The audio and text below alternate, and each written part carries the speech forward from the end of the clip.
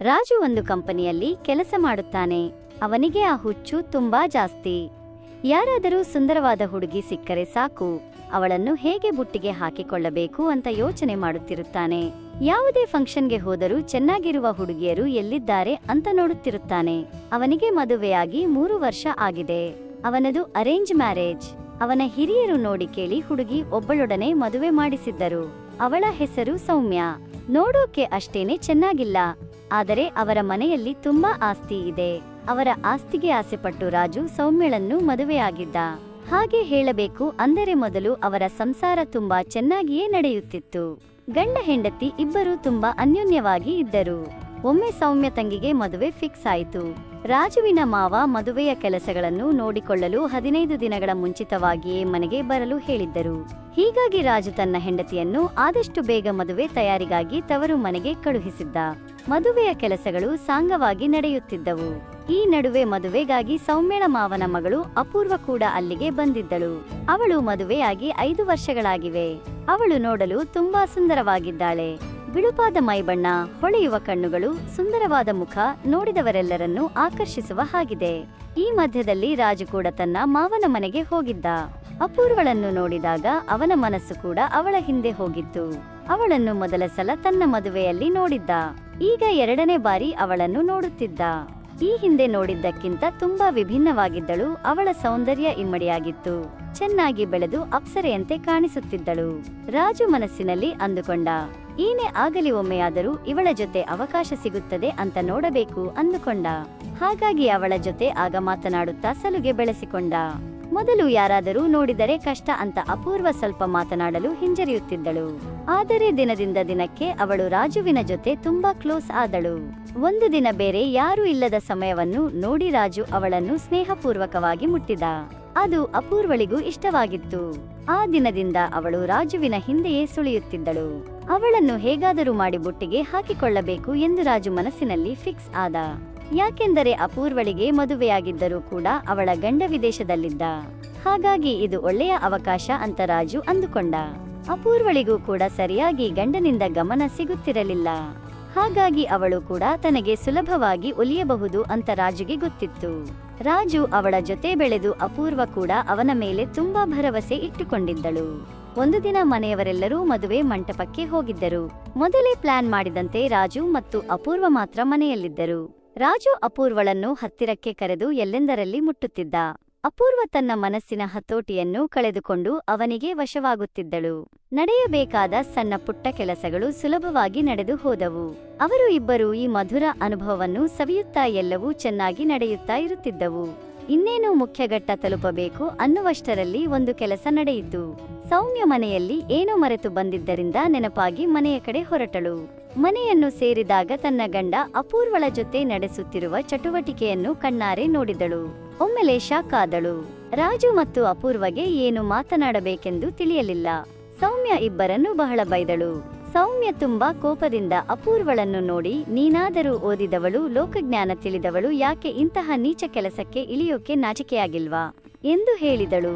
ಅಪೂರ್ವ ದಯವಿಟ್ಟು ಕ್ಷಮಿಸು, ಸ್ವಲ್ಪ ನನ್ನ ಮಾತನ್ನು ಕೇಳು ಅಂತ ರಿಕ್ವೆಸ್ಟ್ ಮಾಡಿಕೊಳ್ಳುತ್ತಿದ್ದಳು. ಎಲ್ಲವನ್ನೂ ಕಣ್ಣಾರೆ ನೋಡಿದ್ದೇನೆ ಅಲ್ಲ, ಇನ್ನೇನು ಕೇಳುವುದಕ್ಕೆ ಇದೆ ಅಂತ ಕೋಪದಿಂದ ಸೌಮ್ಯ ನಿಂತಿದ್ದಳು. ಇದು ನಾವಿಬ್ಬರು ಬಯಸಿ ಮಾಡಿದ ತಪ್ಪಲ್ಲ, ಏನೋ ಅಚಾತುರ್ಯ ನಡೆದು ಹೋಯಿತು, ನನ್ನನ್ನು ಕ್ಷಮಿಸು, ಇನ್ನು ಎಂದಿಗೂ ಹೀಗೆ ಮಾಡುವುದಿಲ್ಲ ಎಂದು ಬೇಡಿಕೊಂಡಳು. ಅದಕ್ಕೆ ಸೌಮ್ಯ, ಛೀ, ನೀನು ಮಾಡಿದ್ದೆಲ್ಲ ಮಾಡಿ ಮತ್ತೆ ಏನು ತಿಳಿಯದ ನಟನೆ ಮಾಡುತ್ತೀಯಾ ಎಂದಳು. ಅಪೂರ್ವಳಿಗೆ ಮತ್ತೆ ಏನನ್ನೂ ಹೇಳಲು ತೋಚಲೇ ಇಲ್ಲ. ರಾಜುವಿನ ಕಡೆ ನೋಡುತ್ತಾ ನಿಂತಳು. ರಾಜು ತನ್ನ ಹೆಂಡತಿಯ ಕಡೆ ತಿರುಗಿ ನಡೆದು ಹೋಯಿತು. ನನ್ನನ್ನು ಕ್ಷಮಿಸು ಎಂದ. ಅಪೂರ್ವ ತಲೆ ತಗ್ಗಿಸಿಕೊಂಡು ಅಲ್ಲಿಂದ ಹೊರಟು ಹೋದಳು. ಸೌಮ್ಯ ರಾಜುವನ್ನೇ ಕಣ್ಣು ಕೆಂಪಗೆ ಮಾಡಿಕೊಂಡು ನೋಡುತ್ತಿದ್ದಳು. ರಾಜು ತನ್ನ ಹೆಂಡತಿಯೊಂದಿಗೆ ಏನು ಮಾತನಾಡಲು ಸಾಧ್ಯವಾಗದೆ ತಲೆ ತಗ್ಗಿಸಿಕೊಂಡು ಮದುವೆ ಮಂಟಪಕ್ಕೆ ಹೊರಟು ಹೋದ. ಮದುವೆ ಮಂಟಪದಲ್ಲಿ ಅಪೂರ್ವ ತಾನು ಮಾಡಿದ ತಪ್ಪಿಗೆ ಏನು ಮಾಡಬೇಕೆಂದು ತಿಳಿಯದೆ ಯಾರೊಂದಿಗೂ ಮಾತನಾಡದೆ ಹಾಗೆ ಇದ್ದಳು. 1 ವಾರ ಕಳೆದು ಹೋಯಿತು. ಅಪೂರ್ವಗೆ ಪದೇ ಪದೇ ರಾಜು ಮಾಡಿದ ಕೆಲಸ ನೆನಪಾಗುತ್ತಿತ್ತು. ಎಷ್ಟು ತಡೆದರೂ ಮತ್ತೆ ಮತ್ತೆ ಅದೇ ಬೇಕಾಗುತ್ತಿತ್ತು.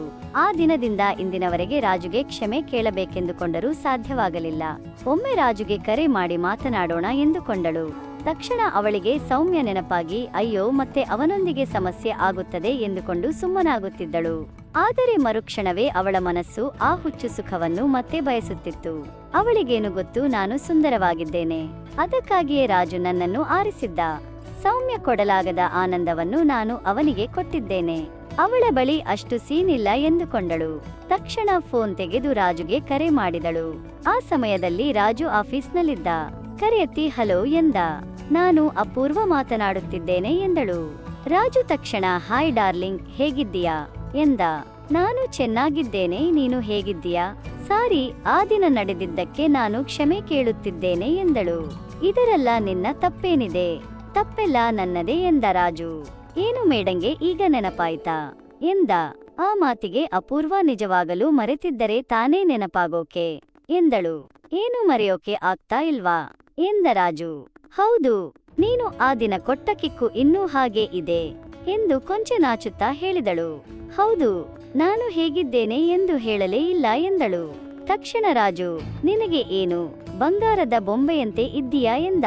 ನಿಜವಾಗಿ ಹೇಳಬೇಕೆಂದರೆ ನೀನು ಹೇಗಿದ್ದೀಯೋ ನನ್ನ ಪರಿಸ್ಥಿತಿ ಕೂಡ ಹಾಗೆ. ಮತ್ತೆ ಯಾವಾಗ ನಿನ್ನ ಭೇಟಿ ಮಾಡ್ತೀನಿ ಅಂತ ಅಂದುಕೊಂಡಿದ್ದೇನೆ. ನೀನು ಬಾಯಿ ಬಿಟ್ಟು ಹೇಳ್ತೀಯಾ? ನನಗೆ ಹೇಳೋಕೆ ಆಗಲ್ಲ ಅಷ್ಟೇ ಎಂದರು ಅಪೂರ್ವ. ಹೌದು ಸರಿ, ಮತ್ತೆ ಯಾವಾಗ ಭೇಟಿಯಾಗೋಣ ಎಂದಳು. ನಿನ್ನ ಇಷ್ಟವೇ ಎಂದ ರಾಜು. ಸರಿ, ಈ ಸಲ ನಮ್ಮ ಮನೆಯ ಹತ್ತಿರ ಎಲ್ಲಾದರೂ ಪ್ಲಾನ್ ಮಾಡುತ್ತೇನೆ ಎಂದಳು ಅಪೂರ್ವ. ರಾಜು ಸರಿಯೇ ಎಂದ. ಯೋಜನೆಯಂತೆ ರಾಜು ಅಪೂರ್ವಳ ಮನೆಗೆ ಹೋದ.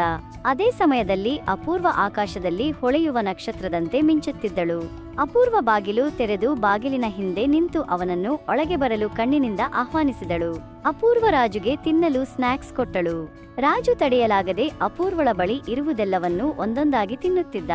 ಅಪೂರ್ವ ಮನಸ್ಸಿನಲ್ಲಿ ನಾನು ಇವನ ಬಗ್ಗೆ ಏನು ಅಂದುಕೊಂಡಿದ್ದೆ, ಪರವಾಗಿಲ್ಲ, ಎಲ್ಲವನ್ನೂ ಚೆನ್ನಾಗಿ ತಿಳಿದುಕೊಂಡಿದ್ದಾನೆ ಎಂದುಕೊಂಡಳು.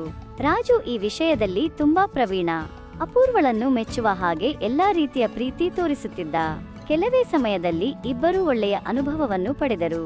ಅವನಿಂದ ಅತಿಯಾದ ಪ್ರೀತಿಯನ್ನು ಪಡೆದ ಅಪೂರ್ವ ನಿನ್ನನ್ನು ಯಾವತ್ತೂ ಬಿಡುವುದಿಲ್ಲ ಎಂದಳು. ನಾನು ನಿನ್ನನ್ನು ಬಿಟ್ಟರೆ ತಾನೇ ನೀನು ನನ್ನನ್ನು ಬಿಡುವುದು ಅಂತ ರಾಜು ಅವಳನ್ನು ಇನ್ನಷ್ಟು ಹತ್ತಿರಕ್ಕೆ ಎಳೆದುಕೊಂಡ. ಅಪೂರ್ವ ಅವನನ್ನು ಗಟ್ಟಿಯಾಗಿ ತಬ್ಬಿಕೊಂಡಳು. ಹೀಗೆ ಕೆಲವು ದಿನಗಳು ಅವರು ಅವಕಾಶ ಸಿಕ್ಕಾಗಲೆಲ್ಲ ಚೆನ್ನಾಗಿ ಆನಂದಿಸಿದರು. ದಿನಗಳು ಕಳೆದು ಹೋಗುತ್ತಿದ್ದವು. ಈ ಮಧ್ಯೆ ಅಪೂರ್ವಳ ಗಂಡ ದಿನೇಶ್ ವಿದೇಶದಿಂದ ಬಂದ. ಗಂಡ ಮನೆಗೆ ಬಂದಿದ್ದಕ್ಕಾಗಿ ಅಪೂರ್ವ ಸಂತೋಷ ಪಟ್ಟಳು. ಆದರೆ ಆ ಸಂತೋಷ ಹೆಚ್ಚು ದಿನ ಇರಲಿಲ್ಲ. ಅವನು ಬಂದು 1 ತಿಂಗಳು ಆಗುತ್ತಿದೆ. ಆದರೂ ಅಪೂರ್ವನನ್ನು ಸರಿಯಾಗಿ ಗಮನಿಸುತ್ತಿಲ್ಲ. ಇಲ್ಲಿಗೆ ಬಂದರೂ ಬಹಳ ಬ್ಯುಸಿಯಾಗಿದ್ದಾನೆ. ಯಾವಾಗಲೂ ಫೋನ್ನಲ್ಲಿ ಯಾರೊಂದಿಗೂ ಒಬ್ಬನೇ ಮಾತನಾಡುತ್ತಿರುತ್ತಾನೆ. ಇವೆಲ್ಲವನ್ನು ಕಂಡಾಗ ಅಪೂರ್ವಳಿಗೆ ದಿನೇಶನ ಮೇಲೆ ಅನುಮಾನ ಬಂತು. ಅವನ ಮೇಲೆ ಸ್ವಲ್ಪ ನಿಗಾ ಇಟ್ಟಳು. ಆಗ ಅವಳಿಗೆ ಗೊತ್ತಾಯಿತು ತನ್ನ ಗಂಡ ಬೇರೆ ಯಾರೊಂದಿಗೂ ಅಫೇರ್ ಇಟ್ಟುಕೊಂಡಿದ್ದಾನೆ ಅಂತ. ತಕ್ಷಣ ಅವನನ್ನು ನಿಲ್ಲಿಸಿ ಕೇಳಿದಳು. ಆದರೆ ದಿನೇಶ್, ಇದು ನನ್ನ ಇಷ್ಟ, ನಾನು ಚೆನ್ನಾಗಿ ಸಂಪಾದಿಸುತ್ತಿದ್ದೇನೆ, ನಿನಗೆ ಯಾವುದೇ ತೊಂದರೆ ಇಲ್ಲದಂತೆ ಹಣ ಕಳುಹಿಸುತ್ತಿದ್ದೇನೆ. ಇಂತಹ ವಿಷಯಗಳನ್ನು ನೋಡಿದರೂ ನೋಡದಂತೆ ಬಿಡಬೇಕು, ವಾದ ಮಾಡಬಾರದು ಎಂದು ಕೋಪದಿಂದ ಬೈದ. ಅದನ್ನ ಕೇಳಿ ಅಪೂರ್ವ ಬಹಳ ಬೇಜಾರು ಪಟ್ಟುಕೊಂಡಳು. ಏನು ಮಾತನಾಡದೆ ಹಾಗೆಯೇ ಇದ್ದಳು. ತಕ್ಷಣ ಅವಳಿಗೆ ಸೌಮ್ಯ ನೆನಪಾಯಿತು. ನಾನು ಅವಳ ಗಂಡನ ಜೊತೆ ಹೀಗೆಲ್ಲ ನಡೆದುಕೊಂಡಾಗ ಪಾಪ ಸೌಮ್ಯ ಕೂಡ ಎಷ್ಟು ಬೇಜಾರು ಪಟ್ಟುಕೊಂಡಿರಬೇಕು ಎಂದು ಮನಸ್ಸಿನಲ್ಲಿ ಯೋಚಿಸಿದಳು. ನಾನು ಮಾಡಿದ್ದಕ್ಕೆ ಈ ಶಿಕ್ಷೆ ನನಗೆ ಆಗಬೇಕಿತ್ತು ಎಂದುಕೊಂಡು ಇನ್ನು ಎಂದಿಗೂ ರಾಜುವಿನೊಂದಿಗೆ ಆ ರೀತಿ ಕೆಲಸಕ್ಕೆ ಹೋಗದೆ ಇರಲು ನಿರ್ಧಾರ ಮಾಡಿದಳು. ಈ ಕಥೆಯ ಬಗ್ಗೆ ನಿಮ್ಮ ಅನಿಸಿಕೆ ಅಭಿಪ್ರಾಯಗಳನ್ನು ಕಮೆಂಟ್ ಅಲ್ಲಿ ತಿಳಿಸಿ. ವಿಡಿಯೋ ಇಷ್ಟವಾದಲ್ಲಿ ಲೈಕ್ ಮಾಡಿ, ಸ್ನೇಹಿತರೊಂದಿಗೆ ಹಂಚಿಕೊಳ್ಳಿ. ಚಾನೆಲ್ ಅನ್ನು ಸಬ್ಸ್ಕ್ರೈಬ್ ಮಾಡಿ ಸಪೋರ್ಟ್ ಮಾಡಿ. ಮುಂದಿನ ವಿಡಿಯೋದಲ್ಲಿ ಸಿಗೋಣ. ನಮಸ್ಕಾರ.